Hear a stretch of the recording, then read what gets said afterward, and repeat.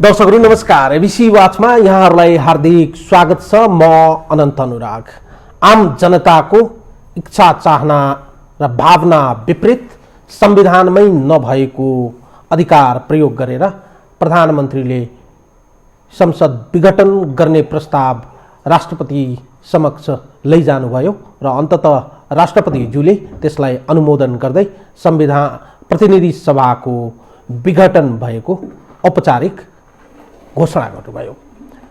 प्रधानमन्त्रीजीको यो कदमपछि उहाँको पार्टी भित्रै चर्को आलोचना भइरहेको छ भने संविधानका जानकार, कानुनका जानकार र चौतर्फी रूपमा प्रधानमन्त्रीजीको यो कदमलाई लिएर आलोचना भइरहँदा प्रधानमन्त्रीज्यूका नजिककाहरूले यो कदमलाई सही कदमको रूपमा व्याख्या गरिँदैछ। प्रधानमन्त्रीज्यू सम्बन्ध व्यक्तिहरूको तर्क अनुसार प्रधानमन्त्रीलाई अविश्वासको प्रस्ताव र राष्ट्रपतिज्यू विरुद्ध महाभियोगको प्रस्ताव पार्टी भित्रैबाट लगाउने तयारी भएपछि प्रतिनिधि सभा विघटनको विकल्प नरहेको भन्दै आज बिहानै अकस्मात रूपमा डाकिएको क्याबिनेटको बैठकमा मन्त्रीहरूलाई बताएर सिधै उहाँ सो प्रस्ताव लिएर राष्ट्रपति समक्ष पुग्नु भएको थियो। यो घटनाक्रमको सुरुवात कहाँबाट भयो? यो घटनाक्रमको सम्भावित तयारी कुन दिनदेखिबाट सुरु भयो? यसको परिदृश्य, यसका पछिका दृश्य र यो बीचमा भएका घटनाक्रमलाई हामी केलाउने प्रयास गरिरहेका छौँ र आज दिनभरिको निरन्तरको खबर हामी एबिसी टेलिभिजन मार्फत तपाईहरुलाई तत्कालै दिने प्रयास गर्दै आइरहेका छौँ र हामी अझै पनि यसलाई विश्लेषण गर्ने तयारी गरेका छौँ। हामीसँग अहिले स्टुडियोमा हुनुहुन्छ संविधानका जानकार, कानुनविद, राजनैतिक विश्लेषक रमन श्रेष्ठ। उहाँलाई कार्यक्रममा स्वागत गर्छु। रमन सर, स्वागत गर्न चाहन्छु कार्यक्रममा। धन्यवाद। तपाईलाई कहाँबाट सुरु गरौँ भन्ने अप्ठ्यारो भयो अब मलाई। तर सामान्य प्रश्न, लोकतन्त्र प्रति आस्था राख्ने, प्रणालीप्रति आस्था राख्ने, लोकतन्त्रको लागि योगदान दिने, लोकतन्त्रको लागि जेलमेल भोगेका, राष्ट्रियताको प्रखर हिमायतीको रूपमा छवि बनाउनु भएका प्रधानमन्त्रीज्यू केपी शर्मा ओलीज्यूबाट जुन अहिले कदम चालिएको छ, यो कदम अपेक्षित कदमकै रूपमा लिन सकिन्छ? यस्तो छ अनन्तजी, वास्तवमा उहाँ अब यो 72 सालमा संविधान आयो, त्यसपछि पहिलो चुनाव। संविधानमा आउँदा नै धेरै समस्याहरू सृजना भएको थियो। संविधान जारी हुन सक्ने, संविधान सभाले बनाउन सक्ने नसक्ने बडो एउटा अप्ठ्यारो स्थिति थियो।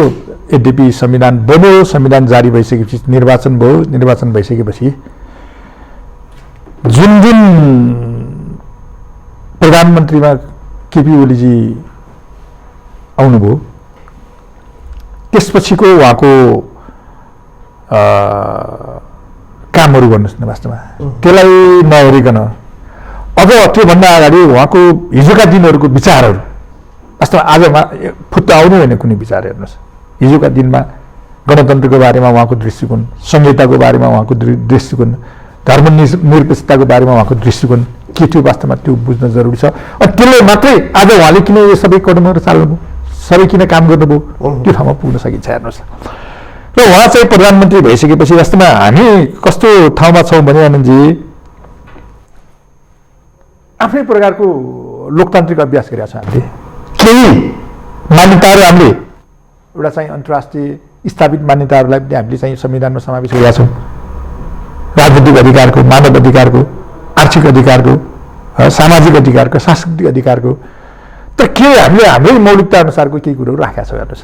हामी कहाँ न पियर संसदीय व्यवस्था छ, न पियर चाहिँ राष्ट्रपति व्यवस्था छ हेर्नुहोस्।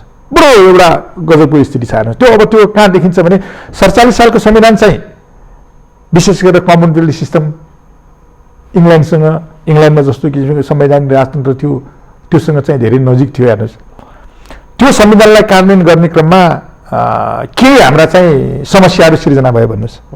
त्यो संविधान कार्यान्वयन गर्ने क्रममा, राज्य सञ्चालन गर्ने क्रममा संसद विघटनको कुरो, प्रधानमन्त्रीलाई अविश्वासको प्रस्ताव दर्ता गर्ने कुरो, अनि निर्वाचनमा पराजित भएका चाहिँ मान्छेहरू चाहिँ फेरि प्रधानमन्त्री मन्त्री हुने कुरो, त्यसमा केही समस्या भइसकेपछि नयाँ संविधानमा के गरियो अहिले 72 सालको संविधानमा भने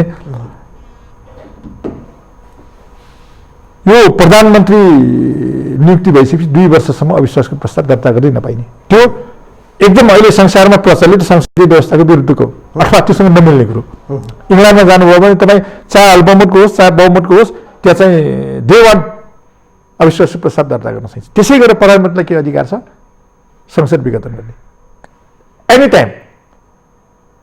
त्यो उसको तरबार घाँटीमा झुन्डाएको तरबार भने जस्तो होइन, एकदम प्रचलित छ। तर गिरिजाबाबुले चाहिँ 51 सालमा विघटन गर्नुभएको संसद, त्यसपछि 52 सालमा चाहिँ मनमोहनजीले विघटन गर्नुभएको संसदको कुरो, अनि 59 सालमा चाहिँ शेरबहादुरजीले विघटन गर्नुभएको संसदको कुरो, यी सबै कुरोलाई हेर्दा हामीले 72 सालमा त्यो व्यवस्था राख्यौँ। अब प्रधानमन्त्रीलाई पनि तारका तार चाहिँ अविश्वासको प्रस्ताव दर्ता गर्न नपाइने, 1-2 वर्षसम्म त गर्नै नपाइने, 2 वर्षमा चाहिँ एकचोटि गरिसकेपछि फेरि 1 वर्षसम्म फेरि त्यो असफल भयो भने गर्न नपाइने। त्यस्तै गरेर प्रधानमन्त्रीलाई चाहिँ अविश्वासको प्रस्ताव दर्ता गर्न नपाइसकेपछि प्रधानमन्त्रीले पनि संसदलाई विघटन गर्न नपाइने। हामी कहाँ संसदको विघटन गर्ने चाहिँ व्यवस्था तपाईँले संविधानको धारा 76मा कस्तो छ भन्दाखेरि यदि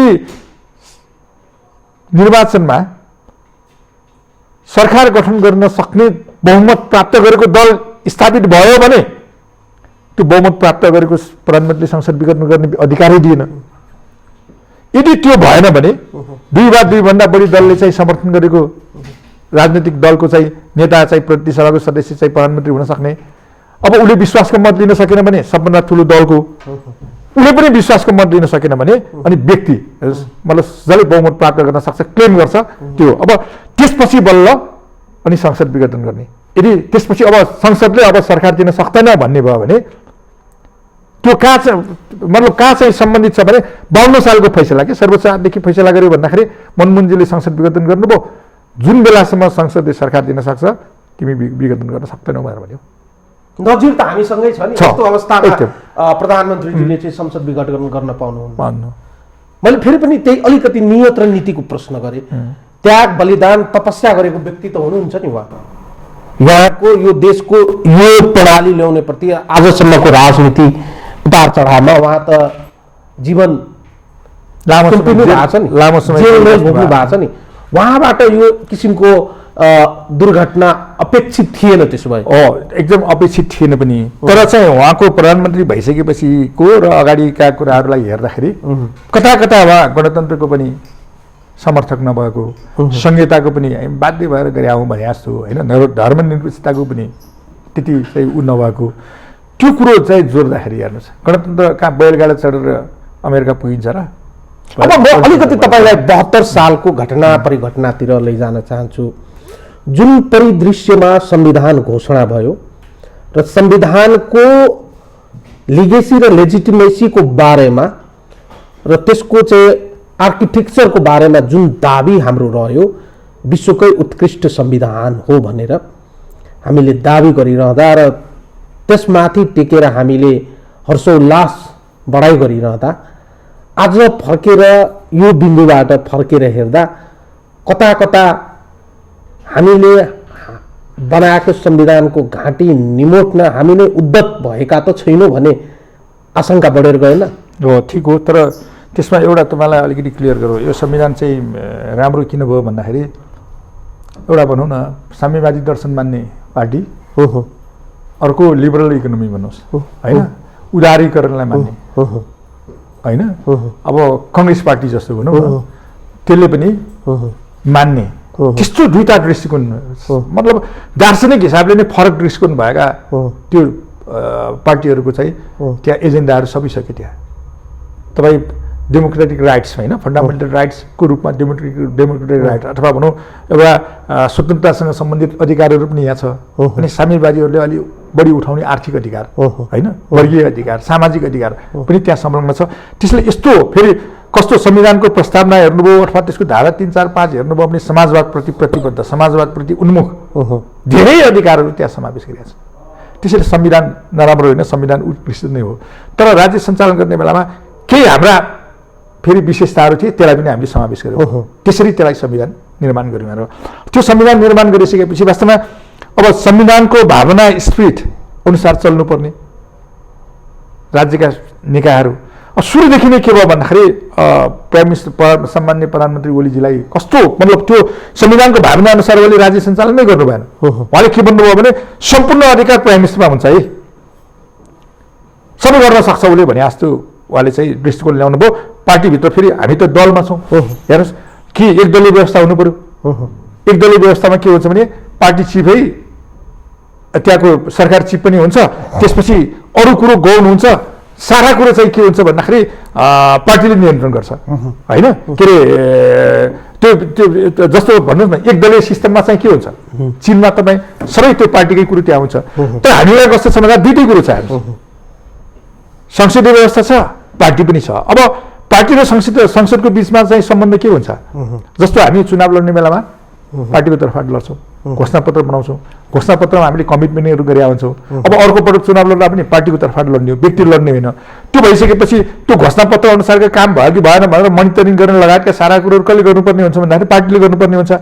त्यो भइसकेपछि पार्टी र सरकारको बिचमा त्यहाँ सामञ्जस्य कायम हुनु पर्थ्यो।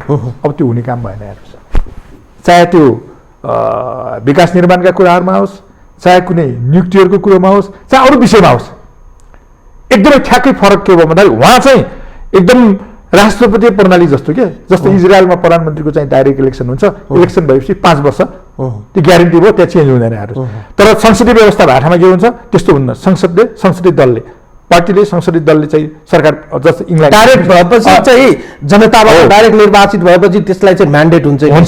तर पार्लियामेन्ट्री सिस्टममा संसदबाट चाहिँ चान्ने भएको हुनाले संसदभित्र चाहिँ एक किसिमको चाहिँ घेरिएको हुन्छ होइन, संसदप्रति ऊ काउन्टेबल छ होइन। अब संसद फेरि पार्टीसँग रिलेटेड छ, त्यसरी यसरी चाहिँ सम्बन्धित हुन्छ। अब यो सम्बन्धलाई कायम गरेर समन्वयात्मक रूपमा राज्य सञ्चालन गर्नुपर्ने।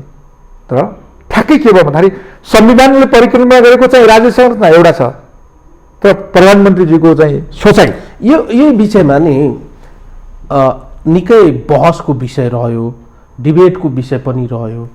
प्रधानमन्त्रीज्यू प्रधानमन्त्री पदमा आसीन भइसकेपछि आई एम द स्टेट, संविधान र कानुनभन्दा पार्टीभन्दा म माथि छु भनेर एक किसिमको उहाँमा माइन्डसेट डेभलप भएकै कारणले आजको यो दुर्घटना भएको हो। त्यो पनि हो, तर त्यति मात्रै होइन, उहाँको दृष्टिकोण नै हो क्या। सबभन्दा पहिला त दृष्टिकोणले काम गर्छ नि, राइट। म को हो भन्नको लागि त दृष्टिकोणले बनाउँदै जान्न हो मान्छेलाई। त्यसैले उहाँको सुरुदेखिकै स्थिति के हो भन्दाखेरि पार्टी भने चाहिँ गौण कुरो हो। मेरो दृष्टिकोण चाहिँ मैले जे सोचेको छु, फेरि कस्तो भयो भन्दाखेरि त्यो हुनलाई त कम्तीमा पनि के हुनु पर्थ्यो भन्दाखेरि जब अमेरिकन सिस्टम भनौँ न, अमेरिकामा राष्ट्रपतिको डाइरेक्ट इलेक्सन हुन्छ, त्यसपछि पार्टीले के गर्छ राष्ट्रपतिलाई 5 वर्ष एकदम उसले अब सबै कुरो तय गर्छ। हुन त त्यहाँ पनि फेरि पार्टी र राष्ट्रपतिको बिचमा चाहिँ समन्वय त हुन्छ नि, एकदम एब्सोल्युट राष्ट्रपतिले काम गर्दैन यार, पार्टीका डिसिजनहरू त्यहाँ कतिपय आउँछन्, त्यहाँ छलफल हुन्छ, सारा कुरो हुन्छ। यद्यपि के हो त भन्दाखेरि त्यहाँको राष्ट्रपति प्रणाली डाइरेक्ट इलेक्सन भएको छ, 5 वर्ष चेन्ज। अब यहाँ त कस्तो भयो भन्दाखेरि उहाँले सुरुमै के भन्न थाल्नु, म 5 वर्षलाई चुनिया भएर भन्नुभयो। आखिरमा उहाँ चाहिँ डाइरेक्ट प्रधानमन्त्रीमा चुनिनु भएको त होइन, सांसदमा चुनिनु भयो। सांसद पनि पार्टीको चुनाव चिन्हमा लड्नु भएको हो। त्यसपछि संसदीय दलले उहाँलाई चुन्या हो, बहुमत पुगेर। अब यो कुरोलाई सबैलाई भुलेर उहाँले के गर्नु, अल चाहिँ मै हुँ भन्ने किसिमको उहाँको सोच डेभलप हो, जसको कारणले गर्दाखेरि एउटा हाम्रो जुन संविधानले जुन सोचेको छ नि राज्य सञ्चालन गर्ने पद्धति प्रक्रिया विधि होइन, उहाँको हरेकमा देखिन्छ। अब पार्टीसँग समन्वय पनि नगर्ने, अनि अब जस्तो भन्नुहोस् न नेकपाको घोषणापत्र जो छ त्यहाँ 1, 2, 3, 4 छ नि त, 5 वर्षमा हामी यो मुलुकलाई यो ठाउँमा लान्छौँ भनेर। अब त्यो कार्यान्वयन गर्ने कुरो यदि त्यो कार्यान्वयन भएन भने त पार्टी जिम्मेवार हुन्छ नि भोलि चुनाव होइन, धेरै विषयमा त्यो हुन्छ नि। त्यसैले चाहिँ के भयो भन्दाखेरि ठ्याक्कै यही नै फरक पऱ्यो कि राज्य प्रणाली हामीले जुन किसिमको अङ्गीकार गरेका छौँ जस्तो चाहिँ अङ्गीकार गरिरहेको छ त्यो अनुसार राज्यलाई सञ्चालन गर्नुपर्ने, सरकारलाई सञ्चालन गर्नुपर्ने। तर उहाँले चाहिँ व्यक्तिवादी किसिमले इन्डिभिजुअली मैले चाहिँ म नै हो सबै, मै चाहिँ 5 वर्षको लागि चुनिया हुँ भनेर। अझ तपाईँको हाम्रो त स्थिति के हो भन्दाखेरि त्यो बेलामा त तत्कालीन माओवादी र एमाले एकीकृत भए पनि थिएन। दुईटा पार्टीको चुनाव भएर त्यसपछि छुट्टा छुट्टै चुनाव चिन्हमा लडिसकेपछि त्यो सङ्ख्या आइसकेपछि पछि नै एकता भयो। तर उहाँ के भन्दै हुनुहुन्छ, म त 5 वर्षको लागि चुन्या, यदि तिमी प्रधानमन्त्री हुन खोज्छौ भने अर्को चुनाव। यस्तो किसिमको उहाँको चाहिँ दृष्टिकोणहरू अगाडि आउन थाल्यो। अब त्यो कुरो कहाँ देखियो, सबै ठाउँमा देखियो। हेर्नुहोस्, त्यो राज्य सञ्चालन गर्ने बेलामा देखियो सबै अधिकार आफूमा सेन्ट्रलाइज गर्ने, त्यो एउटा चाहिँ निरङ्कुश किसिमको चाहिँ प्रवृत्ति देखियो। जसको कारणले गर्दा आज भन्नुहोस् न, अहिले तपाईँले संसद विघटन गर्ने जो प्रस्ताव राष्ट्रपतिमा लगियो नि, संविधानको कुन चाहिँ धाराले उहाँलाई त्यो अधिकार दिन्छ? संविधानमा लेखिया हुन्छ नि, राज्य सञ्चालन गर्ने संसदको सम्बन्धमा सबै कुरो लेखिया हुन्छ। तपाईँले संविधानको धारा 85 को उपधारा 1 हेर्नुभयो भने त्यहाँ के लेखेको छ, संविधान बमोजिम यो संसद प्रतिनिधि सभा विघटन नभएसम्म यसको कार्यकाल 5 वर्षको हुनेछ भनेर क्लियर गरिरहेको छ। अब संविधान बमोजिम मात्र विघटन हुन सक्छ, तर बहुमत प्राप्त गरेको चाहिँ संसदीय दलको नेता प्रधानमन्त्री भइसकेपछि उसलाई संसद विघटन गर्ने अधिकारी दिएको छैन। अब भनिसकेपछि अब कहाँ गएर पुरा, कुन ठाउँमा पुरा भन्नुहोस् त? त्यो सोचले पुरा हो नि। सामूहिकता फेरि लोकतन्त्र भनेको अलिक गाह्रो हो। अलिकति यसलाई यसरी पनि हेर्नुहोस् न, अब तपाईँहरू कानुनको जानकार हुनुहुन्छ, जुन धरातलमा टेकेर पार्टी एकता भयो, जे उद्देश्यहरू, जे परिकल्पनाहरू, जे मुद्दाहरू आम जनता र देशका सामु सारिएको थियो, त्यो मुद्दाहरूको पछाडिको एउटा ठुलो माइन्डसेट अर्कै रहेछ भन्ने कुरा आज प्रस्फुटन भयो कि भएन?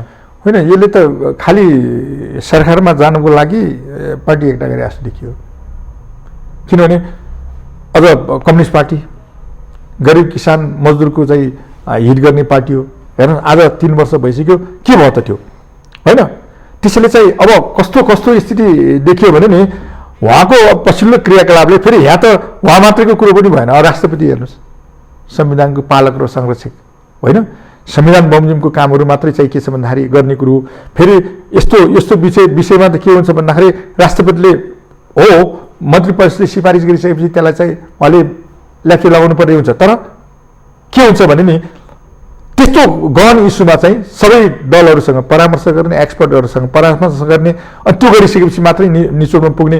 यदि गलत किसिमको कुरो आएको छ भन्ने भएपछि एकचोटि सरकारलाई फेरि फर्काउने, यो हाम्रो प्र्याक्टिस पनि छ। फेरि संसारको चाहिँ संवैधानिक राजतन्त्र अथवा संवैधानिक राष्ट्रपति भएको ठाउँमा सिस्टम पद्धति प्रक्रिया पनि त्यही हो। हेर्नुहोस्, अब केही भएको छैन। तपाईँले हिजोको दिनमा जस्तो गत वैशाखमा पनि राजनीतिक दलसँग सम्बन्धित एउटा अध्यादेश आएको थियो होइन, संवैधानिक परिषदसँग सम्बन्धित अध्यादेश आएको थियो। त्यो अब कति छिटो पास भयो, अब त्यो 90-92 घन्टामा त्यो फर्क्यो। अहिले पनि फेरि अब अहिले यति मात्रै भएको छैन। हेर्नुहोस्, 45 जना यत्रो विवादको बिचमा जुन संवैधानिक परिषदको अध्यादेश विवादित छ होइन, त्यो बारेमा चाहिँ फिर्ता लिन्छु भनेर उहाँले चाहिँ ओरल्ली चाहिँ कमिट पनि गर्नुभयो। आज त्यही अनुसार फेरि मिटिङ राखेर चाहिँ 45 जना चाहिँ संवैधानिक आयोगका मान्छेहरू सिफारिस गरियो भन्ने पनि प्रश्न आएको छ। हेर्नुहोस्, के रहेछ त यहाँ बडो गजबको कुरो भयो क्या। अब यसले त के गर्छ, कहाँ पुऱ्याउँछ हामीलाई? राम्रो परिणाम त दिँदैन। हेर्नुहोस्, फेरि जुन चाहिँ प्रधानमन्त्रीलाई चाहिँ संसद विघटन गर्ने अधिकारै छैन, अब संविधानको के अरे प्रतिनिधि सभाको निर्वाचनको डेट पनि उहाँले तोक्नु भएको छ। अब जसरी चाहिँ राजा ज्ञानेन्द्रले तत्कालीन समयमा गर्नुभयो त्यही गर्नुभयो। धारा 127 लगाएर चाहिँ आफूमा सबै अधिकार लिनुभयो। त्यसपछि निर्वाचन पनि डिक्लेयर गर्नुभयो। निर्वाचन सम्भव भयो र भएन, आखिरमा आन्दोलनमा गयो, सारा कुरो भयो। अझ त्यो बेलामा त के थियो भन्दाखेरि शेरबहादुरले विघटन गरेको संसदको बारेमा चाहिँ सर्वोच्च अदालतमा मुद्दा परिसकेपछि सर्वोच्चले त्यो विघटन गरेर ठिक छ भनेर भनिएको थियो। तर त्यो सर्वोच्चले पनि ठिक छ भने चाहिँ संसदको बाटोमा चाहिँ बस्यो, चित्रलेखा। आजको यो कदम हेरिसकेपछि यो यही रोकिन्छ भन्ने सङ्केत त देखाएको छैन त? होइन, यस्तो छ। अब यसको पछाडि यति सजिलोसँग यो कदम त चालिएकै छैन। हेर्नुहोस्, यसका धेरै कुराहरू होलान्, अझ बाहिर आउला। त अहिले चाहिँ एउटा कस्तो स्थिति खराब। तपाईँले यो कुरा बताइरहँदा यो ओभर द नाइट सोचेर हठात गरिएको निर्णय त पक्कै होइन। यो पछाडि उहाँले धेरै लामो होला, उहाँको नजिकका मित्रहरू वा सल्लाहकारहरूसँग कानुनी रूपमा, संवैधानिक रूपमा राष्ट्रिय रूपमा अन्तर्राष्ट्रिय रूपमा यसका लेखाजोखा गरेरै उहाँले चाल्नु भएको होला। उहाँसँग एउटा चाहिँ ठुलो कुनै योजना त पक्कै होला, निर्वाचन गराउँछु भन्ने आँट नै होला, वा भोलिका दिनमा उहाँले यो कदम चालिसकेपछि यो सर्वोच्चसम्म पनि पुग्छन् कानुनी उपचारको लागि। त्यहाँ पुगिसकेपछि त्यहाँबाट आउने सम्भावित रिजल्टको पनि परिकल्पना गर्नुभएको होला। यति लामो त सोच्ने त पक्कै पनि सोच्नु भएको होला। यस अर्थमा हेर्दा चाहिँ यो सर्वोच्च पुग्छ। अब यस्तो छ हेर्नु, सर्वोच्चमा पुग्नुभन्दा अलिकति अगाडिको कुरो गर्छु म। जस्तो मैले अघि संविधानको धारा 85 को उपधारा 1 को कुरो गरेँ। 5 वर्ष प्रतिनिधि सभाको आयु हुन्छ संविधान बमोजिम विघटन गरेको अवस्थामा बाहेक। अब 5 वर्ष भएको छैन, यो 3 वर्ष हुन लागेको छ। 2 वर्ष त यसको कार्यकाल बाँकी नै छ, सभामुख हुनुहुन्छ। जसरी हिजो सर्वोच्चले पनि विघटन गरेको थिएको भने संसद पुनर्स्थापना भयो 65 सालमा, होइन? त्यसपछि तत्कालीन राजा ज्ञानेन्द्रले जनताको नासो जनतालाई फर्काए भनेर घोषणा पनि गर्नुभयो। त्यसपछि त्यही पुनर्स्थापित भएको संसदले राजाका धेरै अधिकार कटौती गर्ने लेखेर, अनि त्यसपछि अरू कुरोहरू भयो। अनि अन्तिम संविधान आयो। अन्तिम संविधान आइसकेपछि संविधान सभाको निर्वाचन भएर आखिरमा राजतन्त्रलाई पनि बिदा दिने काम भयो। त्यसैले चाहिँ अहिले वास्तवमा संविधान बमोजिम बाहेक संसद विघटन हुनै सक्दैन भनिसकेपछि अब संविधान बमोजिम संसद विघटन भयो कि होइन भन्ने एउटा प्रश्न रह्यो। त्यो भोलि अदालतमा पुग्ने कुरो आफ्नो ठाउँमा छँदैछ। तर सांसदहरूले के गर्छन्? आफूलाई विघटन भयो भनेर उनीहरूले मान्छन् कि हामी त विघटन भएको छैन, हाम्रो कार्यकाल त संविधानमा क्लियर छ, संसद बस्न सक्छ, संसदले प्रस्तावहरू पास गर्न सक्छ।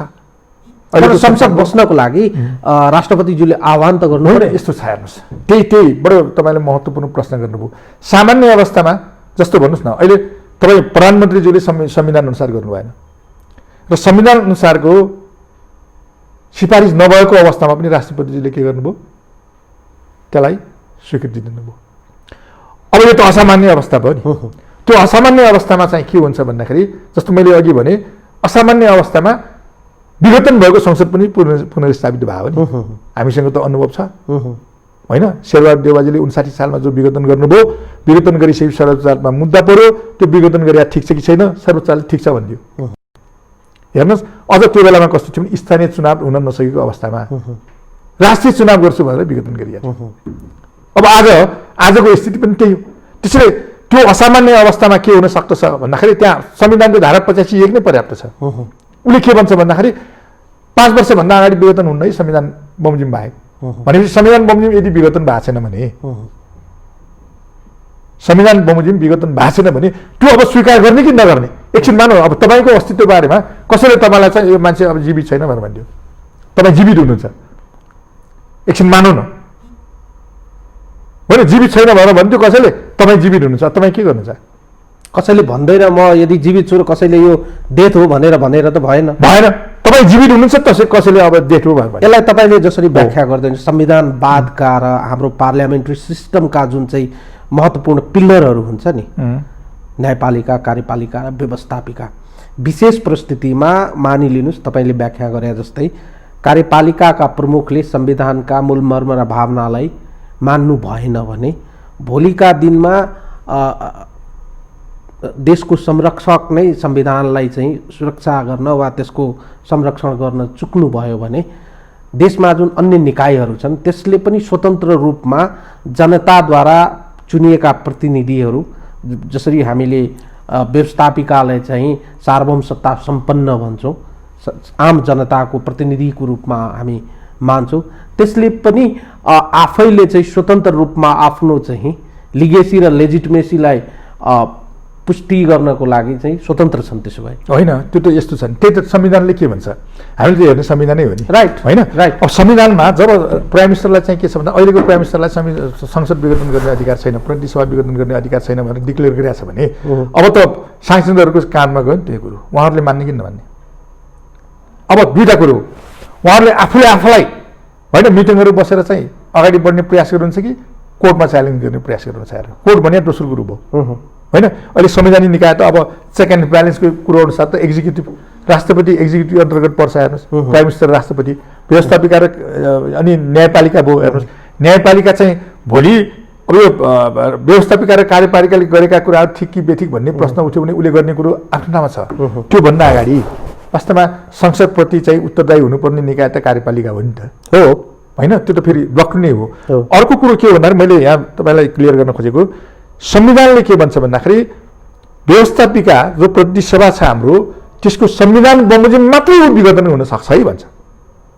त्यो भनेको त्यो सरकार बनाउने कुरो 76 को धारा 76 को धारा 1, 2, 3, 4, 5 अब सम्म छ। तपाईँको यो प्रसङ्ग ल्याउनु बडा महत्त्वपूर्ण कुरो आयो। यो अब झट्टै हेर्नुहोस् है, राज्यका प्रमुख 3 अङ्ग बीच चाहिँ यहाँ त टसल हुन बाँकी नै रहेछ भन्ने कुराको सङ्केत देखियो। त्यसो भए होइन, टसल त्यो त यस्तो छ कि यो वास्तवमा भोलिका दिनमा फर इक्जाम्पल मानिदिनुहोस्, कार्यकारी प्रमुखले सर्वोच्चबाट एउटा निर्णय होला, म मान्दिनँ, तेरो निर्णय म मान्दिनँ भनिसकेपछि सुरु भयो त्यहीबाट। तपाईँले भने जस्तै भोलिका दिनमा व्यवस्थापिका संसदको अध्यक्षको हैसियतले सभामुखज्यूले चाहिँ संसद लगाउने प्रयास गर्नुभयो, सबै सांसदहरू उपस्थित हुनुभयो, बहुसङ्ख्यक सांसदहरू उपस्थित भएर हस सुचारू भयो भने र त्यहाँबाट चाहिँ राष्ट्रपतिजीको बारेमा वा प्रधानमन्त्रीजीको बारेमा कुनै निर्णय गर्नुभयो भने त्यसलाई पनि म मान्दिनँ भनिसकेपछि यहाँ त हरेक निकायहरू चाहिँ एक अर्काको विरुद्धमा शक्ति प्रयोग गरेको जस्तो देखिन्छ। फेरि राज्य सत्ता सुरक्षा निकाय आदि इत्यादि त फेरि कार्यपालिकासँग छ। ठिक हो, होइन यस्तो छ नि, यो कस्तो हुन्छ भने वास्तवमा त्यही भएर त वास्तव त्यो अप्ठ्यारो अवस्था भनेको यस्तो अप्ठ्यारो अवस्था हुन्छ। त्यो ट्रायङ्गुलर अब जस्तो भन्नुहोस् न, तपाईँ सर्प बिच्छी र भ्याकुताको जस्तै न हो, होइन? त्यो एउटाले अर्कोलाई खाएको छ तर अर्कोले अर्कोलाई पनि त्यहाँ खाइरहेको हुन्छ कि देखिन्छ त्यस्तो। हेर्नुहोस् अब अहिले जस्तो भन्नुहोस् न, अहिले बडो एउटा कस्तो अवस्था देखिया छ भन्दाखेरि कार्यपालिकाको प्रधानमन्त्री र राष्ट्रपति एक ठाउँमा उभिनु भएको छ, होइन? व्यवस्थापिका पनि छ, हामीसँग न्यायपालिका पनि छ। अब व्यवस्थापिकाको कुनै अधिकार छैन त संविधानमा? त्यस्तो होइन, उसको पनि केही अधिकार छ, न्यायपालिकाको पनि आफ्नो अधिकार छ। हेर्नुहोस् अब यो अवस्थामा बरु वास्तवमा चाहिँ अहिले कसरी निकास निस्कन्छ? किनभने संविधान अनुसारै गएको भए इजी संविधानको व्याख्या भएर इजी निस्कने, तपाईँले पनि निकाल्न सक्ने, मैले पनि निकाल्न सक्ने हुन्थ्यो। जस्तो भन्नुहोस् न, 5 वर्ष पुग्न थाले भए बेलामा चाहिँ चुनाव घोषणा गरेर भए के हुन्थ्यो? के छलफलको विषय हुन्थ्यो? थिएन, होइन, छलफलको विषय नै हुन्न थियो। अब 3 वर्ष मात्रै पुगेको छ, 2 वर्ष अगाडि संसद विघटन गरिदिनुभयो भने राष्ट्रपतिले त्यसलाई छाप लगाउने काम गरिदिनु भएको छ। संविधानमा के छ? 5 वर्ष अगाडि संविधान बमोजिम मात्रै विघटन हुन सक्छ। संविधानमा विघटन गर्ने अधिकार कसलाई दिएको छ? त्यो बहुमत प्राप्त गरेको चाहिँ प्रधानमन्त्री निर्वाचित भइसकेपछि उसलाई दिएकै छैन, नदिएको अधिकार उसले प्रयोग गर्यो। अब त्यो जे तर्कना गरेको छ संविधानको धारा 76 अनुसार जे तर्कना गरिएको छ त्यो तर्कलाई चाहिँ जस्टिफाई गर्न सक्ने ठाउँ त फेरि देखिँदैन। अब हेर्नुहोस्, अब हुन त उहाँले पनि अब केही सोचेर गर्नुभयो होला। फेरि यो कहिलेकाहीँ कस्तो हुन्छ भने यो सत्ता भने हाम्रो अन्ध हुन्छ कि एकदम अन्ध हुन्छ। एकदम जस्तो भन्नु न, टाक्रिन राजा ज्ञानेन्द्रले 127 प्रयोग गर्नुभयो संविधानको, 47 सालको संविधानको, होइन? त्यो ठाउँमा त त्यो एक दिनमा पुग्यो भन्ने के उसले गरे क्रियाकलाप बिस्तार बिस्तार बिस्तार बिस्तार अब त्यसले अझ थप्ने होइन? अब अहिलेको सम्मान्य प्रधानमन्त्रीज्यूले पनि धेरै गर्नुभयो नि त, थप्दै जानुभयो, यो ठाउँमा पुग्नु भएको छ। त्यसैले चाहिँ के हो भन्दाखेरि संविधान अनुसार खेलको नियम अनुसार चलेको बेलामा तपाईँले इजी प्रश्न इजी समाधान हुन्छ।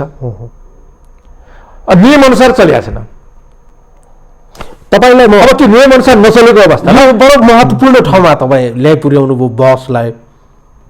अब मलाई बताइदिनुहोस्, तपाईँ कानुनकै मान्छे हुनुहुन्छ, जति बेला हाम्रो पहिलो संविधान सभा विघटन भयो त्यसपछिका घटनाक्रमको तपाईँ स्वयं साक्षी हुनुहुन्छ प्रत्यक्ष रूपमा। एज अ जर्नलिस्ट म पनि त्यसको चाहिँ एउटा साक्षी नै हो। 62-63 देखि 64 हालसम्म यो घटनाक्रमलाई नजिकबाट निहाल्ने मौका पाएको छु। कस्ता विषयहरू तयार भए, कस्ता किसिमको चाहिँ यहाँ चाहिँ भ्याकुमहरू क्रिएट भए र अन्ततः फेरि दलहरू आफै डुब्न लाग्दा सर्वोच्च अदालतको पदमा रहनुभएको प्रधान न्यायाधीशलाई नै राज्य सत्ता कार्यकारी बनाएर निर्वाचन गर्नुपर्ने स्थिति आयो।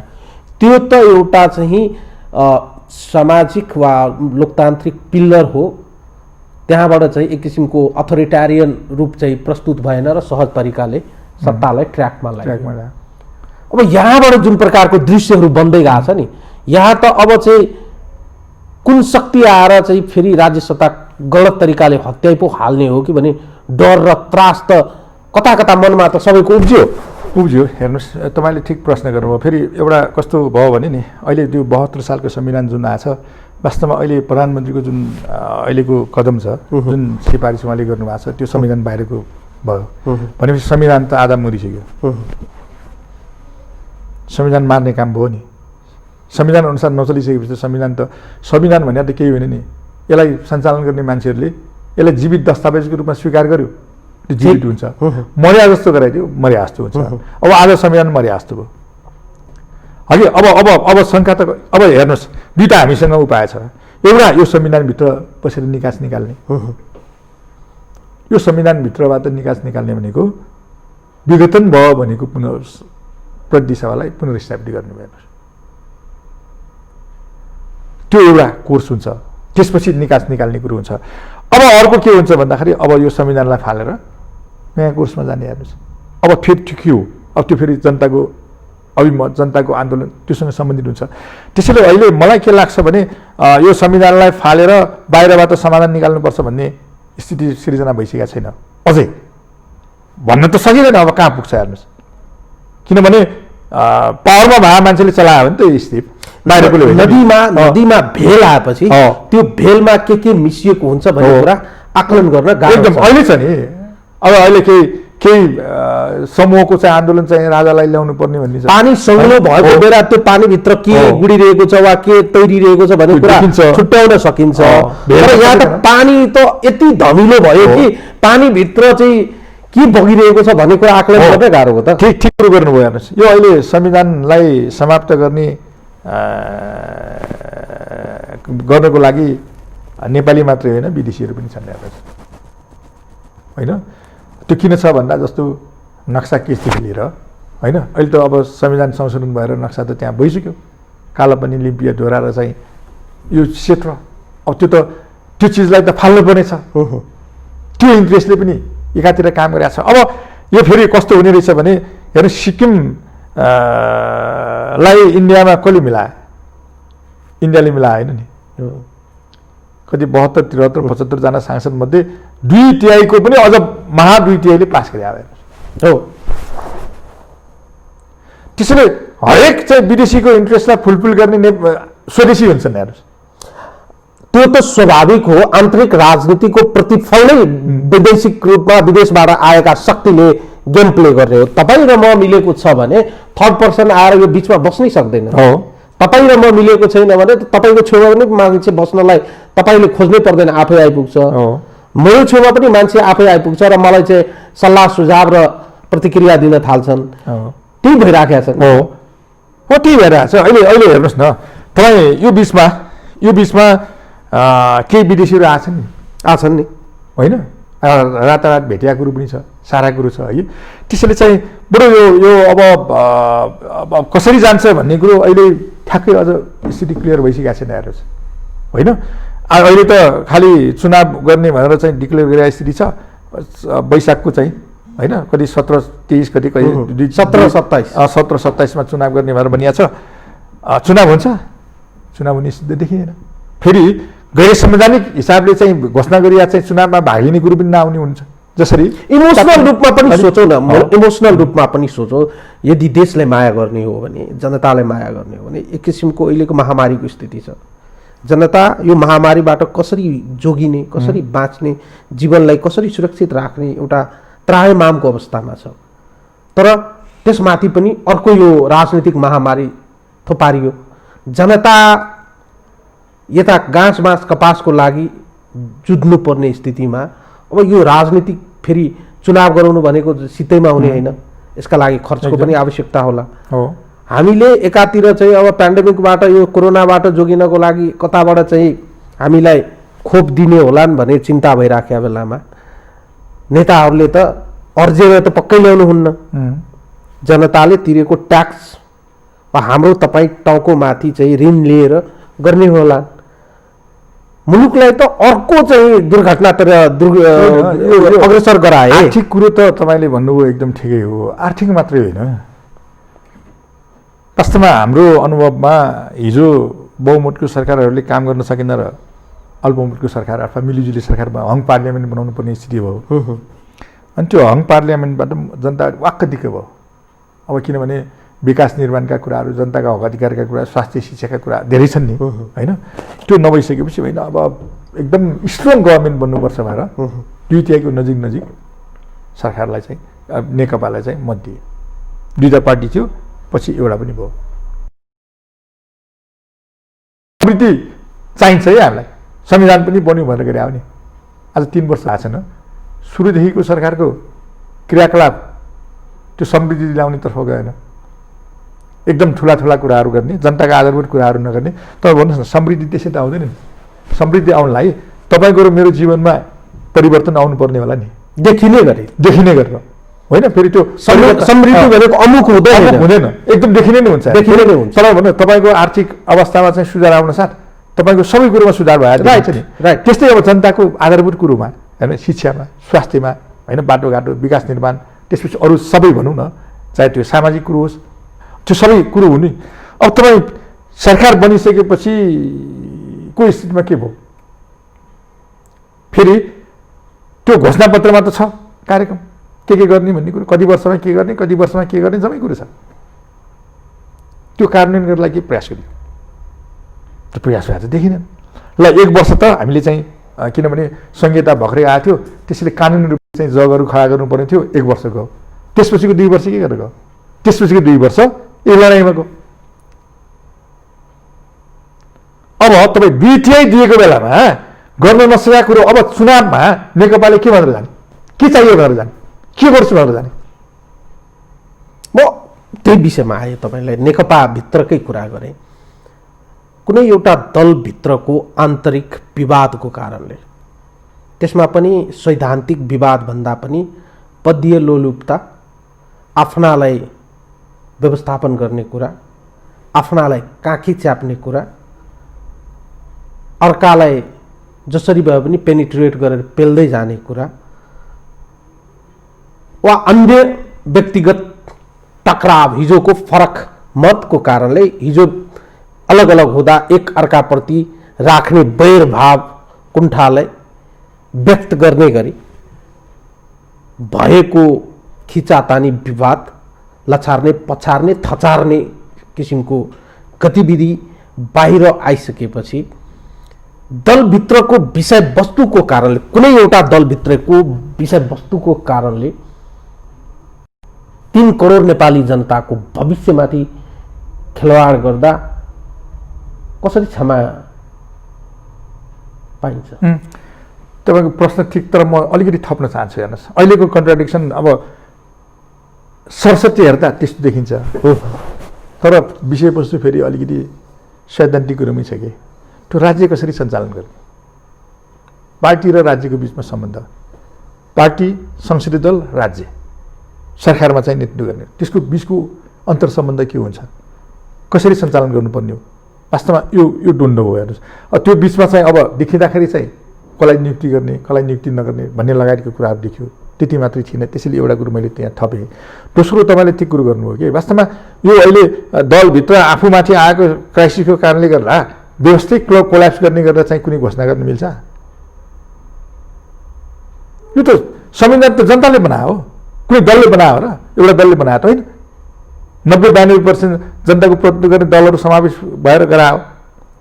अब यसले त के गर्छ भने नि, वास्तवमा चाहिँ अब भन्नुहोस् न, 47 को संविधान 12-13 वर्ष 14 वर्ष त बाँचेको थियो कि यो त अब कति भयो, 4 वर्ष 5 वर्ष कार्यान्वयन पनि भएको छैन राम्ररी। अझ अहिलेसम्म चाहिँ आएको कुरो अहिले भन्नुहोस् न, यो कदमपछि प्रधानमन्त्रीज्यू पार्टीभित्र वा बाहिर वा राष्ट्रिय रूपमा अन्तर्राष्ट्रिय रूपमा बलियो हुनुभएको हो कि एक्लिनु भएको हो? यो मलाई यस्तो लाग्छ। हेर्नुहोस्, अब यो कस्तो हुने रहेछ भने, मैले कहिलेकाहीँ अगाडि पनि इन्टरभ्यूमा भन्ने गरेको थिएँ, यो सङ्ख्याले मात्रै मान्छे बलियो र निर्बलियो हुने रहेनछ। हेर्नुहोस्, पार्टीमा कतिजनाले मलाई समर्थन गर्छ, त्यस कारणले म चाहिँ बलियो छु भन्ने अथवा कतिजनाले समर्थन गर्दैन त्यसैले म निर्बलियो छु भन्ने होइन। सिस्टमले काम गर्यो भने बलियो भने रहेछ हेर्नुहोस्। सिस्टममा के हुन्छ मतलब त्यहाँ चाहिँ अब जस्तो भन्नुहोस् न, न्यायालयमा एकदम घुस नखाइकन फैसला गर्ने न्यायाधीशहरूलाई सम्मान गरिन्छ भन्ने भयो भने के हुन्छ? छुट्टै हुन्छ नि। त्यो प्रतिस्पर्धा हुन्छ। तर अब होइन, अब घुस खाए मान्छे, नखाए मान्छे, अथवा चाहिँ राम्रो काम गरेका मान्छे, नराम्रो काम गरेका मान्छे नछुट्याएर आफ्नो मान्छेलाई मात्रै च्याप्ने भयो भने के हुन्छ? चाकडी र चाप्लेसीको कुरो मात्रै हुने भयो भने के हुन्छ? त्यो अर्कै हुन्छ। त्यसैले चाहिँ वास्तवमा यो कुरो के हो भने अहिले हुन त सङ्ख्या 2 तिहाई थियो हेर्नुहोस्, तर कस्तो थियो भन्दाखेरि त्यो सिस्टम नचल्या 2 तिहाई थियो हेर्नुहोस्। एकजना मान्छेले अनसन बसे पनि सरकार थर्कनु पर्ने, 2 तिहाईको सरकार त नथर्कनु पर्ने नि। उसले चाह्यो भने त अलिकति प्रयास गऱ्यो भने संविधान पनि संशोधन गर्ने स्थिति थियो हेर्नुहोस्। सकेन नि। किन सकेन? मुलुक सिस्टममा चलेको छैन हेर्नुहोस्। सिस्टममा नचलेपछि के हुने रहेछ भन्दा कसैको पनि पदको सुरक्षा भएन कि। त्यो कसैको पनि पदको सुरक्षा किन भएको छैन? राम्रो काम गर्ने र नराम्रो काम गर्ने, राम्रो काम गर्नेलाई अवार्ड गर्ने, नराम्रो काम गर्नेलाई पनिसमेन्ट गर्ने सिस्टम छैन हामीसँग फेरि। जसको कारणले गर्दा के भयो? को राम्रो हो, को नराम्रो हो, कसलाई चाहिँ कन्टिन्यू गर्नुपर्ने हो। जस्तो भन्नुहोस् न, कुलमान घिसिङले अहिले तपाईँ भन्नुहोस् न, जसले जति भने पनि कुलमान घिसिङजीले विद्युत प्राधिकरणमा राम्रो काम गरे हो नि? एब्सोल्युटली गरेको। उसलाई कन्टिन्यू गरेर के हुन्थ्यो? किन कन्टिन्यू भएन भन्नुहोस् त? पब्लिक भर्डिक्ट र पब्लिक ओपिनियन पनि एउटा जनमत र कसैको चाहिँ राम्रो र नराम्रो नाप्ने मेकानिजमहरू त्यो हो। फेरि परिणामले पनि हो नि, उनीहरूको पर्फर्मेन्स भयो। पब्लिक त यतिकै कसैको जय गुणगान त गर्दैन, पक्कै पनि गर्दैन। एकपटक गर्लान्, सधैँ त गर्दैन नि त। अब ऊ कन्टिन्यू भएन। अब तपाईँ युवराज खतिवडाजी है कतिवटा ठाउँ कन्टिन्यू भयो हेर्नुहोस्। कतिवटा पद पो उहाँले पाउनुभयो गरेर गरेर अमेरिकाको राजदूत हुनुहुन्छ। अब उहाँको मूल्याङ्कन गर्दाखेरि पब्लिकको दृष्टिकोणले हेर्दा राम्रो छैन। तर तपाईँले अलिकति इमोसनल प्रश्न गर्न मन लाग्यो मलाई। व्यक्तिगत रूपमा मेरो चाहिँ यसमा आफ्नो केही पनि छैन, तर तपाईँ आफै पनि प्रचण्डजी प्रधानमन्त्री हुनुहुँदा प्रधान न्यायाधिवक्ता हुनुहुन्थ्यो। प्रचण्डजी पनि चुक्नु भएको छ यो एकता प्रकरणदेखि अहिलेसम्म आउँदा। जस्तो छ हेर्नुहोस्, मलाई के लाग्छ भने वास्तवमा त्यो एकता म्याच्युर भइसकेका थिएन, एकता गर्नुपर्ने अवस्थामा पुगिसकेका थिएन। दृष्टि पनि फरक थियो। यो त दृष्टिकोण र एउटा मान्यताको आधारमा चाहिँ एकीकृत हुने हो नि। ओलीजीको अगाडिको सबै सुन्नुहोस् त एकचोटि उहाँहरूले संसदमा ओलीजीलाई अविश्वासको प्रस्ताव दर्ता गर्ने बेलामा उहाँहरूको 2 जनाको चाहिँ स्टेटमेन्ट छ, सुन्नुहोस् त एकचोटि। कहाँनिर चाहिँ त्यो मेलमिलाप गर्नु? पर्सनालिटी र थटमा नै डिफ्रेन्स छ एकदम छ। मलाई त्यही लाग्छ। अहिलेको लडाइँ पनि त्यही हो, अहिलेको फरक परेको कुरो पनि त्यही हो। त्यो युनिटी गर्नुपर्ने स्थिति थिएन, त्यो अवस्था म्याच्युर भइसकेका थिएन। अहिले भन्नुहोस् न, यो अहिले नेपाल कम्युनिस्ट पार्टीको एउटा भन्नुहोस् न राजनीतिक कार्यक्रम के, राजनीतिक दृष्टिकोण के, सामाजिक दृष्टिकोण के, आर्थिक दृष्टिकोण के अहिले पनि चलेको छैन। बहुदलीय जनवाद कि 21औं शताब्दीको जनवाद अथवा समाजवाद, जनताको जनवादमा आधारित समाजवाद बडो डिबेटको विषय बन्यो हेर्नुहोस्। त्यसैले अब हेर्दा त पद प्रतिष्ठाको बारेमा नै लडाइँ हो कि भन्ने छ, तर होइन हेर्नुहोस्। यो अब फेरि 2टा पार्टी मिल्ने बेलै भएको थिएन हेर्नुहोस्। त्यो 2टा पार्टीको बिचमा समान दृष्टिकोणै थिएन। पार्टी भने के भने समान दृष्टिकोण भए मान्छेहरू हुने, तर केही कुरोमा मतभेद हुनसक्छ। तर आधारभूत कुरोमा त के हुन्छ, पार्टीमा भएका मान्छेहरूको बिचमा त के हुन्छ, एउटै दृष्टिकोण हुन्छ नि। उहाँहरूको बिचमा त आधारभूत रूपले नै फरक छ हेर्नुहोस्। चाहे त्यो संहिताको कुरो गर्नुहोस्, कुरो गर्नुहोस्, धर्मनिरपेक्षताको कुरो गर्नुहोस्, अर्को आर्थिक सामाजिक कार्यक्रमहरूको बारेमा कुरो गर्नुहोस्। जसको कारणले के भयो भन्दाखेरि त्यो चिज चाहिँ ले गर्दा अब सोचाइमै फरक छ, दृष्टिकोणमै फरक छ, मान्यतामै फरक छ, तर एक ठाउँमा बसिया छ। अनि कन्ट्राडिक्सन नभए के हुन्छ? दुवैजना चुक्नु भयो हेर्नुहोस्। अब फेरि बडो गजबको कुरो के भयो भने अब प्राइम मिनिस्टर हुनुभयो, बिचमा चाहिँ अढाई वर्ष गर्ने भन्ने कुरो भएको थियो भन्ने कुरो पनि आयो। अनि फेरि होइन, अब तपाईँ एक्जिक्युटिभ चाहिँ चेयरम्यान तपाईँ भने मैले चाहिँ पार्टी हेर्ने, तपाईँले चाहिँ सरकार हेर्ने, यसरी चाहिँ हामीले काम गर्ने भनेर चाहिँ सहमति भयो भदौ 26 गते। त्यो सहमति भयो भोलिपल्टदेखि नै फेरि कन्ट्राडिक्सन सुरु भयो। भनेपछि सुरुमै इनिसियल स्टेजमै जुन मतलब जसरी चाहिँ छलफल भएर चाहिँ युनिटीमा पुग्नु पर्ने थियो त्यो म्याचुर नभइकन पुगेका कारणले गर्दाखेरि त्यसको अहिलेको परिणाम हो हेर्नुहोस्। अब मानिलिनुहोस् यो गतिविधिलाई जनताले जति नजिकबाट निहालिरहेका छन्, जनतालाई यो सही यो गलत यसले टेरेनन्, यसले सहमतिलाई कार्यान्वयन गरेनन्, उनले गरेनन्, यिनले गरेनन्, छुट्याउन सक्ने स्थितिमा जनता छन्। यस्तो छ हेर्नु, यो कस्तो हुन्छ भने कहिलेकाहीँ हामीलाई कस्तो लाग्छ भने जनताले केही बुझ्दैनन् मलाई जस्तो लाग्छ हेर्नु। इन्डियाको संविधान बनाउने बेलामा त्यो संविधान मसौदा गर्ने त्यसको चाहिँ चिफ चाहिँ अम्बेडकर भन्ने थियो, डाक्टर अम्बेडकर होइन। अनि त्यहाँ छलफल चल्ने बेलामा त्यो प्रतिनिधि सभामा उठ्ने अथवा सांसदहरूको क्वालिफिकेसन तोक्ने प्रश्न उठ्यो। कतिपय देशमा अहिले पनि तोकिया छ। प्रश्न उठ्दा वास्तवमा चाहिँ त्यो क्वालिफिकेसनको बारेमा छलफल हुँदा के भनिएको थियो भने असल जनताले चुन्ने गुरु, जनताले जसलाई चुन्छन् जनताले चुन्ने गुरुको पनि क्वालिफिकेसन हुन्छ भनेर भनिएको थियो कि। त्यसरी जनताले हेर्नुहोस् एउटा चुनावमा जस्तो भन्नुहोस् न, अहिले अमेरिकाको चुनाव हेर्नुहोस् न, 200 वर्षको इतिहासमा सबभन्दा बढी भोट खस्यो। जो निष्क्रिय थिए ती सबै भोट हाल्न गए हेर्नु, परिणाम आनका तान भयो। अब ट्रम्पले गएको पटक चाहिँ जति मत ल्याएको थियो त्योभन्दा बढी ल्याउँदा पनि हारे। जनता हेर्नुहोस्, जनताले आधारभूत कुरोमा आफूलाई असर नपरेसम्म चुप लाएर बसिया हुन्छ हेर्नुहोस्।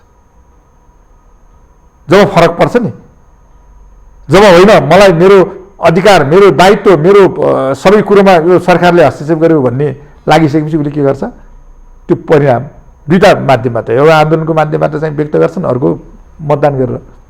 अब म 2-3वटा प्रश्न अझै छ मसँग। अब यो प्रकरण चाहिँ कहाँसम्म पुग्ने सम्भावना देख्नु? अब यस्तो हेर्नुहोस्, मैले त के देखाएको छु भने वास्तवमा अब हामीसँग प्रतिनिधि सभा जीवित छ भन्छु म। गैर संवैधानिक रूपले चाहिँ प्राइम मिनिस्टरले चाहिँ सिफारिस गर्नुभयो, राष्ट्रपतिले चाहिँ त्यसलाई ओके गर्नुभएको छ। अब संविधानको धारा 85(1) ले उहाँहरूलाई त्यो धारा 76 ले पनि त्यो अधिकार दिएको छैन, 85 हेर्दा हुन्छ होइन। अझ खालि प्राइम मिनिस्टरलाई त कस्तो थियो भने यदि प्रतिनिधि सभामा त्यस्तो छलफलहरू चल्यो भने मेरो विश्वास छ है भनेर उसले विश्वासको मत लिनुपर्ने व्यवस्था गरेको छ। 2 वर्षभित्र अविश्वासको प्रस्ताव त दर्ता गर्न नपाइने, तर उहाँको बारेमा प्रश्न उठिसकेपछि विश्वासको मत लिनुपर्ने व्यवस्था धारा 6 मा छ हेर्नुहोस्। यद्यपि उहाँले त अब उहाँले के गर्नुभयो भन्दाखेरि प्रतिनिधि सभा एक त गएको प्रतिनिधि सभाको सेसन समय नपुग्दै त्यसलाई क्लोज गर्नुभयो। अहिले 6 महिनाभित्र प्रतिनिधि सभाको चाहिँ बैठक डाक्नुपर्ने 6 महिनाभन्दा फरक नहुने, अब 1-1.5 हप्ता बाँकी हुँदाखेरि उहाँले विघटनको सिफारिस गर्नुभएको छ। एउटा यस्तो पोलिटिकल क्राइसिस पनि संवैधानिक क्राइसिस पनि उहाँले सिर्जना गर्नुभयो गैर संवैधानिक काम गरेर। अब तपाईँ अहिले यही बेलामा चाहिँ हेर्नुहोस् त, राजावादीहरूको चाहिँ आन्दोलन छुट्टै चलेको छ।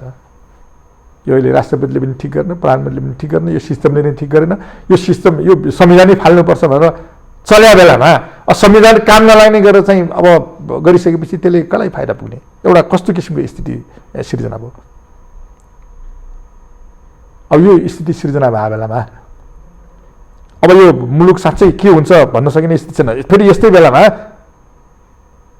विदेशीहरूले पनि खेल्छन् हेर्नुहोस्। देशभित्रको चाहिँ प्रतिगामी शक्तिले पनि टाउको उठाउने प्रयास गर्ने भयो, विदेशीहरूले पनि आफ्नो इन्ट्रेस्ट अनुसार चाहिँ के गर्नुपर्छ भन्ने खेल्ने भयो। अब यो खेल्दा वास्तवमा चाहिँ अब सही किसिमले गयो परिणाम राम्रो आउला, सही किसिमले गयो भने अब के हुन्छ। यस्तो चिज गर्नुभएको छ प्राइम मिनिस्टरले, जसलाई राष्ट्रपतिले समर्थन गरिराख्नु भएको छ हेर्नुहोस्। अब हामीसँग 2टा निकाय छ, एउटा व्यवस्थापिका छ, एउटा न्यायपालिका छ हेर्नुहोस्। अब व्यवस्थापिकाले चाहिँ केही निकास दिन सक्यो भने न्यायपालिकामा जानुपर्ने स्थिति नहोला। अब त्यसले पनि निकास दिन सकेन भने फेरि न्यायपालिकामा जानुपर्ने। अब उसले पनि निकास दिन सकेन भने, जसरी 59 सालमा चाहिँ शेरबहादुरले चाहिँ संसद विघटन गर्नुभयो, अनि त्यसपछि त्यो बेलामा अब संसदले केही रोल खेल्न सकेन, न्यायपालिकामा गयो, न्यायपालिकाले पनि विघटन गरेर ठिक भएर भनिदियो। त्यही बिचमा चाहिँ के गरियो, राजाले धारा 127 प्रयोग गरेर सबै अधिकार आफूमा लिइसकेपछि त्यसपछि जनताले के ठाने त भन्दाखेरि होइन अब भएन है आन्दोलन गरे। अनि त्यही विघटन भएको संसदलाई पुनर्स्थापित गरेर राजाको अधिकार कटौती गर्ने लेखेर सारा कुरो भयो, 12 मध्ये सहमति भयो। त्यसपछि अन्तरिम संविधान आयो, होइन संविधानै फालियो त्यसपछि। त्यसैले अब अहिले वास्तवमा चाहिँ संवैधानिक निकायले चाहिँ यदि ठिक किसिमको भूमिका खेलेन भने यो संविधान जान्छ। हेर्नुहोस्, छिट्यो संविधान। कार्यपालिका र राष्ट्रपतिज्यूले त गरिसक्नुभयो। अब हामीसँग दुईवटा निकाय छ, व्यवस्थापिका र न्यायपालिका। अब व्यवस्थापिकाले निकास दिन सकेन भने त्यो न्यायपालिकामा पुग्छ, न्यायपालिकाले निकास दिन सकेन भने जनता कहाँ पुग्छ। म अलिकति हार्ड तर के भन्छ नि, एकपटक तपाईँले चाहिँ करेन्ट लाग्यो भने चाहिँ त्यो बारम्बार चाहिँ नलाग्दा पनि झर्का लागिरहन्छ। राजाकालीन अवस्थामा तपाईँ हामी सबैलाई चाहिँ एक किसिमले डिक्टेटरसिपको चाहिँ शिकार तपाईँ हामी पनि भएकै हो, मिडिया भएको सबै अधिकारकर्मी भएको सबै भएकै हो। भोलिका दिनमा त्यस्तो स्थिति नआउला भन्न सकिने अवस्था छ? हेर्नु, यो अहिलेको स्टेपले त त्यो सम्भावना छ। हेर्नुहोस्, त्यस्तो स्थिति आउने अहिले भन्नुहोस् न। अब यो अहिले यो प्रक्रियाको त विरोध हुन्छ। अब त्यो विरोध बिस्तारै बिस्तारै बढेर जान्छ। अनि बिस्तारै बिस्तारै बढे ठिक तपाईँले प्रश्न गर्नुभयो, मिडियालाई नियन्त्रण गर्ने ऐन आयो होइन र? आइसक्यो। त्यो धेरै त्यो योजना छ कि यो उहाँको हरेक एक्टिभिटी। हेर्नुहोस्, केलाई नियन्त्रण गर्ने, कसरी नियन्त्रण गर्ने। हेर्नुहोस् त, यही बेलामा अध्यादेशको थ्रु अहिले 45 जनाको चाहिँ संवैधानिक आयोगको चाहिँ पदाधिकारीको सिफारिस भएको छ। हेर्नुहोस्, त्यो पनि संसदमा टेबल भयो अरे। संसद विघटन पनि गर्ने अनि संसदमा टेबल पनि गर्ने। अब संसद भएको बेलामा त्यसको सुनाइ समितिले गर्थ्यो। संसद विघटन गरिसकेपछि कति दिनमा चाहिँ म्याचुर हुन्छ। हेर्नुहोस्, अब के उद्देश्य छ भन्ने कुरो त देखियो नि त। त्यसैले के छ भन्दाखेरि अब मुलुक ठ्याक्कै अब त्यो कुरो सबैले चाहिँ अब तुलु हेरेर बस्छन्। हिजो राजाले यस्तै चाले बेलाको स्थिति हामीले देखाएको छौँ नि। सबै आखिरमा निरङ्कुश लाड्न थालेपछि जम्मै बोल्न थाल्छन्। हेर्नुहोस्, आन्दोलन हुन थाल्छ। त्यसलाई दमन गर्नुपर्ने हुन्छ। दमन गर्दा जति दमन भयो त्यति फेरि त्यसको नियमै के हो भने त्यति विस्फोट हुन्छ। हेर्नुहोस्, फेरि राज्यका ती अङ्गहरूले साथ पनि दिनु पर्यो। अनि राज्यका ती अङ्गहरूको फेरि विश्वास के छ भने जनतालाई हानि हुने गरी चाहिँ कुनै पनि हालतमा कदम चाल्ने स्थिति छैन। त्यसैले त्यो ठ्याक्कै अब के हुन्छ भन्ने कुरो अब पिक्चर क्लियर नभए पनि अब संविधानभित्रबाट निकास निकाल्ने प्रयास भयो, राम्रो ठाउँमा जान्छ। हेर्नुहोस्, अब फेरि जनताले निर्णय गर्नुपर्ने भयो भने त फेरि अर्को ठाउँमा जान्छ नि त। किन संविधानलाई त फाल्नुपर्छ नि त। बडो महत्त्वपूर्ण कुरा गऱ्यौँ हामीले। नदीको कटान चाहिँ घर बनाएकोतिर पस्नै लागेको छ। अब त्यसलाई चाहिँ बन्ध्याकरण गर्ने, त्यसलाई चाहिँ त्यसको दिशा मोड्ने, त्यसलाई डाइभर्सन बनाउने, त्यसको बाटो परिवर्तन गर्ने कि नगर्ने डिलेमा पुगिसकेको अवस्थामा अब बस्तीमा छिर्यो भने त एकजनालाई मात्रै लाने त होइन, सबैलाई लाने हो। तपाईँलाई म धन्यवाद दिन चाहन्छु। आशा गरौँ यति हुँदाहुँदै पनि हाम्रा जुन अझै जीवित रहेका राज्यका अङ्गहरू छन् तिनले सक्रिय जनताको बृहत्तर हितमा, राष्ट्रियताको सार्वभौमिकताको हितमा निर्णय गरोस्। अहिलेको यो जुन संवैधानिक र कानुनी जुन एक किसिमको शून्यताको दिशातर्फ हामी अग्रसर भएका छौँ र सबैको चिन्ताको विषय बनेको छ, यसबाट हामी चाँडै मुक्ति पाउन् भन्ने चाहिँ हाम्रो अपेक्षा हो। किनभने लामो समयसम्म मुलुक चाहिँ 10 वर्षीय जनयुद्ध, त्यसपछि चाहिँ 62-63 देखि आज 17-18 वर्ष हामी समय व्यतीत गरिसक्दा खासै मुलुकले जुन प्रकारले आफ्नो स्वरूप परिवर्तन गर्नुपर्दथ्यो, जनताको जीवनमा एक किसिमको परिवर्तन आउनु पर्दथ्यो, त्यस्तो आउन सकेको छैन। हामीले अनुभूत गरेका छैनौँ। अझै पनि दूरदराजका गाउँहरूमा हिजोका जनताको स्थिति जस्तै थियो त्यस्तै छ आज पनि। यस अर्थमा यो चिन्ताको विषय हो। सम्भवतः जे जस्ता गतिविधिहरू भइरहेका छन् नेताहरूले, यिनै नेताहरू हुन्, यिनै नेताहरू बसेर फेरि पनि मुलुकलाई ट्र्याकमा ल्याउन सकुन् भन्ने चाहिँ एउटा अपेक्षा गरौँ, आशा गरौँ। तपाईँ हाम्रो शुभेच्छा चाहिँ उहाँहरूलाई सम्म पुगोस् भन्ने कामना गरौँ। तपाईँलाई म धन्यवाद दिन चाहन्छु समय र संवादको लागि। हजुर, हस्, मेरो पनि धन्यवाद। दर्शकहरू, उहाँ हुनुहुन्थ्यो कानुन संविधानविद राजनीतिक विश्लेषक रमन श्रेष्ठ। आजको लागि यो संवाद यति नै। सम्पूर्ण युनिट लगायत मलाई पनि बिदा दिनुहोस्। नमस्कार।